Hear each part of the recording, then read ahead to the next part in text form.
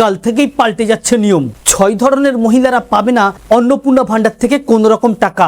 সাথে 3টি নতুন শর্ত, যে শর্তগুলি না মানলে কোনো মহিলাই পাবে না অন্নপূর্ণা ভান্ডার থেকে টাকা।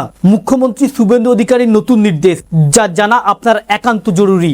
যদি আপনি চেয়ে থাকেন আপনার বাড়ির মহিলারা নিজ ঝামেলায় টাকাটি পাক, বা টাকা পেতে গেলে নতুন কি কি শর্ত রয়েছে, কোন 6 ধরনের মহিলারা অন্নপূর্ণা ভান্ডার থেকে কোনো রকম আর পাবে না টাকা, এটা নিয়ে থাকবে বিস্তারিত আলোচনা। অতি স্বল্পক্ষণের ভিডিও, মোটেও স্কিপ না করে শেষ পর্যন্ত দেখবেন।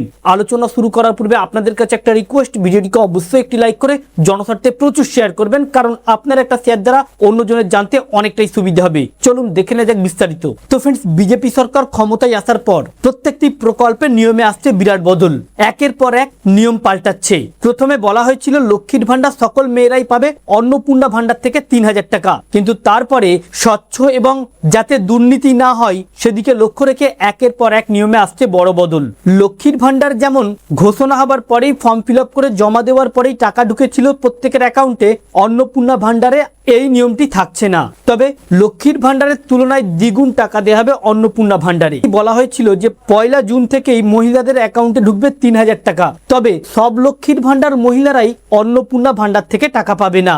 যেমন বলা হচ্ছে 6 ধরনের মহিলা কোন রকম অন্নপূর্ণা ভান্ডার থেকে টাকা পাবে না। সাথে আরো নতুন 3টি শর্ত। প্রথমত, যে শর্তগুলো আপনারা অনেকেই জেনে গিয়েছেন, তবু আপনাদের জানিয়ে দিচ্ছি। প্রথম 3 শর্তের মধ্যে প্রথমেই বলা হচ্ছে অন্নপূর্ণা ভান্ডারে টাকা পেতে গেলে উপভোক্তাকে পশ্চিমবঙ্গের বাসিন্দা হতে হবে এবং 2026 সালে ভোটার লিস্টে নাম থাকতে হবে। সাথে প্রত্যেক লক্ষ্মীর ভান্ডার মহিলাকে অনলাইন ভেরিফিকেশন করতে হবে, ভোটার কার্ড, আধার কার্ড এবং ব্যাংকের অ্যাকাউন্ট দিয়ে। এর সাথে প্রত্যেক উপভোক্তার ব্যাংকের সঙ্গে ডিবিটি লিঙ্ক থাকতে হবে। এই 3 শর্ত থাকলে তবে পাবে অন্নপূর্ণা ভান্ডার টাকা। সাথে 6 ধরনের মহিলাদেরকে কোনো রকম দেওয়া হবে না টাকা।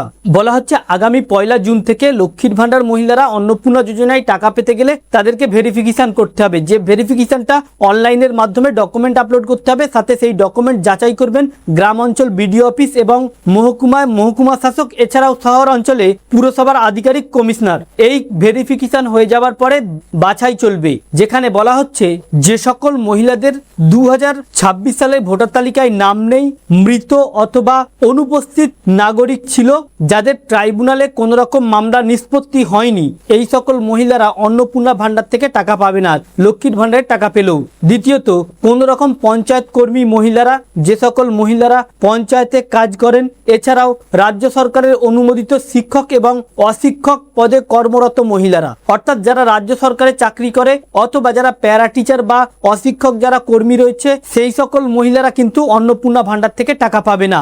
একই সাথে কেউ ইনকাম ট্যাক্স ডিপার্টমেন্টে কাজ করে, এই সকল মহিলারাও টাকা পাবে না। অন্যদিকে পেনশনভোগী মহিলা যারা পেনশন পাচ্ছে, সেই সকল মহিলারাও কিন্তু অন্নপূর্ণা ভান্ডার থেকে টাকা পাবে না। এছাড়াও সরকারি চাকুরি হতে পারে কেন্দ্রীয় বা রাজ্য, তারা কিন্তু এই অন্নপূর্ণা ভান্ডার থেকে কোনো রকম টাকা পাবে না। তো ফ্রেন্ডস, এই ছিল মূলত অন্নপূর্ণা ভান্ডারের টাকা পেতে নতুন নিয়ম, যা আগামী কাল থেকেই লাগু হয়ে গেল গোটা রাজ্য জুড়ে। আমাদের উদ্দেশ্য ছিল এই আপডেটটি আপনাদের সামনে উপস্থাপন করা, যাতে আপনাদের জানতে সুবিধা হয়ে থাকে। ভালো লেগে থাকলে ভিডিওটিকে অবশ্যই একটি লাইক করে শেয়ার করবেন। Thank you friends, thank you for watching.